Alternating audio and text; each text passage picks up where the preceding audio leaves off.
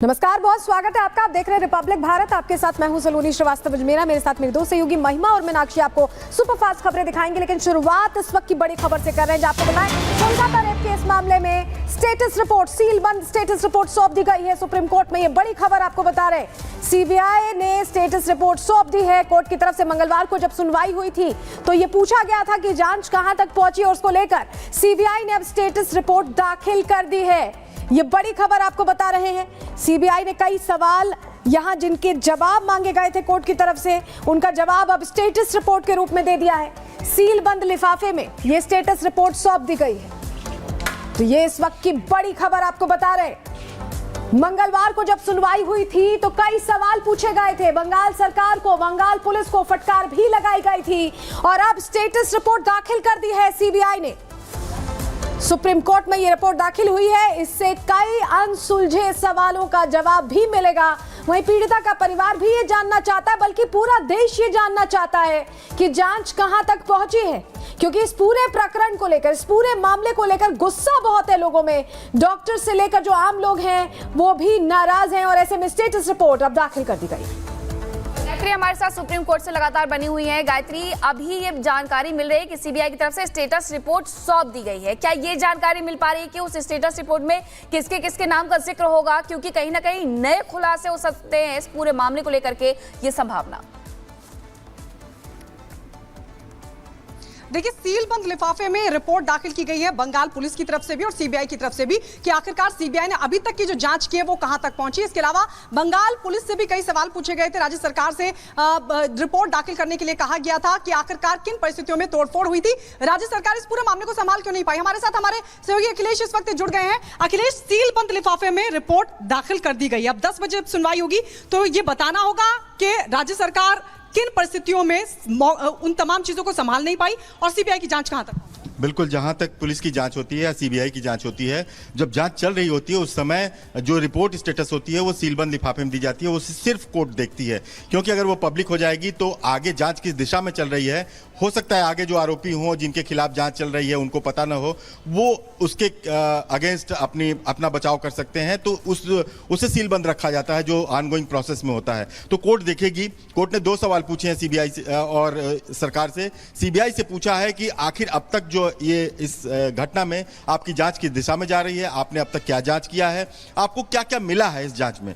दूसरी चीज, राज्य सरकार से पूछा है कि जो भीड़ गई थी, 7,000 लोगों की भीड़ जो घुसी थी, एविडेंस को नुकसान पहुंचाया था, क्यों गई थी, किसका फेल्योर था, पुलिस वहां क्यों नहीं थी राज्य सरकार की, आप अपनी जिम्मेदारी से कैसे पीछे हट सकते हैं। ये कई सवाल थे जिसको लेकर के कि राज्य सरकार को जवाब देना है। और आपने देखा होगा कि रिपोर्ट सीलबंद जमा होने से 24 घंटा पहले कल राज्य सरकार ने 3 अधिकारियों को सस्पेंड किया, पुलिस अधिकारियों को, कई के ट्रांसफर किए, मेडिकल कॉलेज के प्रिंसिपल को भी हटाया जो नई प्रिंसिपल बनी थी। तो ये एक राज्य सरकार ने भी अब वो चीज रखेगी अदालत में जब सुनवाई होगी कि हमने ये काम किए हैं। हालांकि ये काम राज्य सरकार को पहले कर देना चाहिए था, लेकिन देखना होगा कि अब उस रिपोर्ट से कोर्ट कितना संतुष्ट होता है और कोर्ट क्या देखता है कि क्या राज्य सरकार ने जो 5-7 हजार लोगों की भीड़ अंदर गई, सबूतों को नष्ट करने का काम किया, उसको क्या सीबीआई को उससे भी जांच कराई जाए या आगे उस पर फर्दर क्या करना है, तो कोर्ट इस मामले पे देखेगी।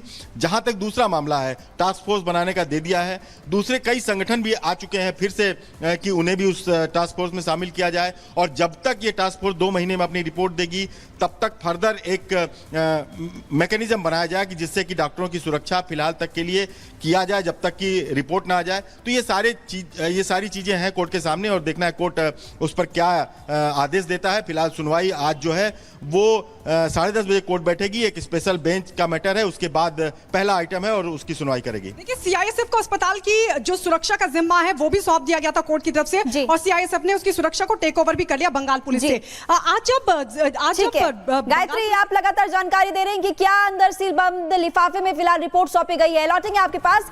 लेकिन कोलकाता रेप मर्डर केस से जुड़ी हुई एक बड़ी खबर आपको बता दें। केस से जुड़े 25 किरदार सीबीआई के रडार पर है। 25 किरदार सीबीआई के रडार पर। नाम संजय रॉय, संदीप घोष सीबीआई जांच के घेरे में। पीड़िता के माता पिता, असिस्टेंट सुपरिटेंडेंट, पीड़िता के साथ खाना खाने वाले 4 doctors, delivery boy, ASI Aruna Dutta, और इसके अलावा देखिए संजय का दोस्त सौरभ। कई ऐसे नाम है जिसका जिक्र लगातार हम कर रहे हैं, और 25 किरदार जो कि सीबीआई के रडार पर है। ये बड़ी खबर इस वक्त हम आपको लगातार बता रहे हैं। तो संजय रॉय, संदीप घोष पहले से सीबीआई जांच के घेरे में है, लेकिन ऐसे कई नाम हैं जो आज स्टेटस रिपोर्ट में जतिन हो सकते हैं, जिनके बारे में हो सकता है कि सीबीआई ने अपनी स्टेटस रिपोर्ट में सुप्रीम कोर्ट को बताया हो।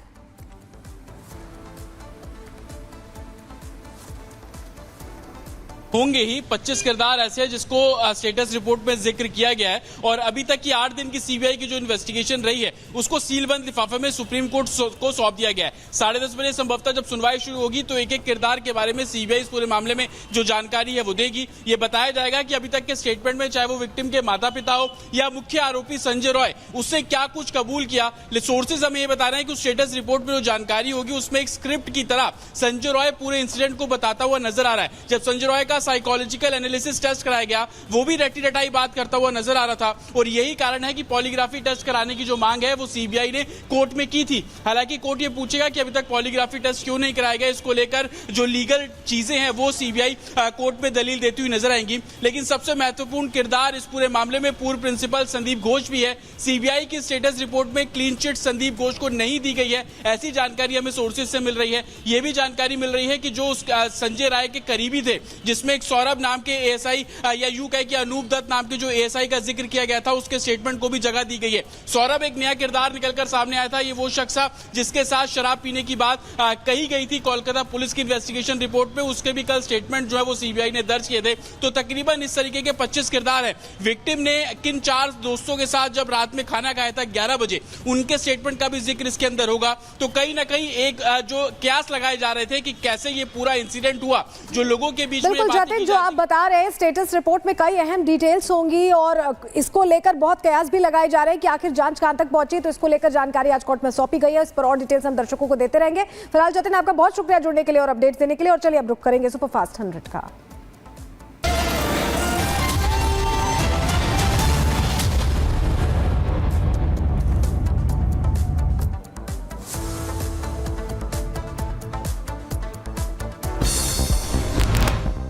एएनजे की फ्लाइट में बम की खबर से मचा हड़कंप। तिरुवनंतपुरम एयरपोर्ट पर विमान को कराया गया खाली। तिरुवनंतपुरम एयरपोर्ट इमरजेंसी घोषित। रूस के कुर्स्क में लोगों को निकालने के ऐलान के बाद यूक्रेन का दावा, दुश्मनों से निपटने के लिए सेना तैयार। एयरफोर्स के पायलट दुश्मनों को ढूंढकर खत्म करने में सक्षम। रूस और यूक्रेन के बीच फिर तेज हुए हमले। रूस ने यूक्रेनी सेना पर किया रॉकेट अटैक और हमले की तस्वीरें भी सामने आई। रूसी सेना ने नष्ट किए M777 होवित्जर। ड्रेनेब नदी के पास हथियार को किया गया नष्ट, तस्वीरें सामने आई। रूसी सेना ने कुर्स्क के सीमावर्ती क्षेत्र में हमले किए और जनशक्ति और बख्तरबंद वाहनों को भी निशाना बनाया। हिजबुल्लाह के ठिकानों पर इजराइल का हमला। दक्षिणी लेबनान में हिजबुल्लाह के ठिकानों पर की गई air strike. IDF defence force ने जारी किया हमले का वीडियो। हिजबुल्लाह पर इजरायली सेना का पलटवार। आईडीएफ ने हिजबुल्लाह के कई ठिकानों पर जवाबी कार्रवाई की और लेबनान से ड्रोन हमले को दावा किया जा रहा है। कहा कि लेबनान से करीब 40 रॉकेट और ड्रोन दागे गए।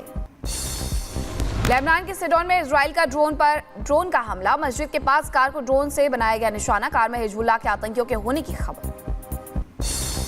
यूक्रेनी राष्ट्रपति जेलेंस्की का दावा। जेलेंस्की ने कहा कि कुर्स्क क्षेत्र में रूस की सेना के साथ जंग जारी। दावा किया गया कि 6 अगस्त को यूक्रेनी सेना ने इस क्षेत्र में तेजी से प्रवेश किया और गांव पर कब्जा भी किया। सैकड़ों लोगों को बंदी भी बनाया। इराक के करबला में इराकी सेना और ईरानी समर्थित पीएमएफ के बीच भारी गोलीबारी। दोनों पक्षों ने छोटे हथियारों और मशीन गनों का इस्तेमाल किया। जापान की टोक्यो में भारी बारिश के बाद बिगड़े हालात। बारिश की वजह से सबवे में भरा पानी और मेट्रो की सीढ़ियां झरने में तब्दील हो गई। जापान की शिनागावा में बारिश ने बढ़ाई लोगों की मुश्किलें। ट्रेन के ऊपर से झरने की तरह हो रही है बारिश। यात्रियों को हो रही है परेशानियां। भारी बारिश की वजह से टोक्यो में शिंजुकू स्टेशन के बाहर मेनहोल में पानी जो है वो ओवरफ्लो हो गया। स्टेशन के बाहर पानी भरने से लोग परेशान हो गए। जापान के टोक्यो में भी बाढ़ से बुरा हाल। इचिगया स्टेशन पर भरा पानी। यात्रियों को करना पड़ा परेशानियों का सामना। जापान की शिनगावा स्टेशन पर भी बाढ़ से बुरे हाल और कई फीट तक पानी भर गया और जल निकासी में भी दिक्कतें आ रही है। दक्षिण कैरोलिना में बाढ़ और तूफान डेवी ने मचाई तबाही। पानी में डूबे नजर आए लोगों के घर। चारों तरफ दिखा पानी का सैलाब। सऊदी अरब में बाढ़ का कहर। पानी में फंसी कई गाड़ियां। सभी को सुरक्षित बाहर निकाला। ईरान के वाज में बिगड़े हालात। तेज बारिश के बाद बाढ़ का कहर। स्थानीय लोगों को करना पड़ रहा है परेशानियों का सामना। कोलकाता के हत्याकांड पर आज सुप्रीम कोर्ट में सुनवाई और सीबीआई ने पेश की स्टेटस रिपोर्ट। मुख्य न्यायाधीश जस्टिस डीवाई चंद्रचूड़, जस्टिस जेबी पारदीवाला, जस्टिस मनोज मिश्रा की बेंच सुनवाई करेगी। कोलकाता हत्याकांड को लेकर मध्य प्रदेश के बुढ़ार में विरोध प्रदर्शन किया गया, साथ ही बेटियों की सुरक्षा की अपील भी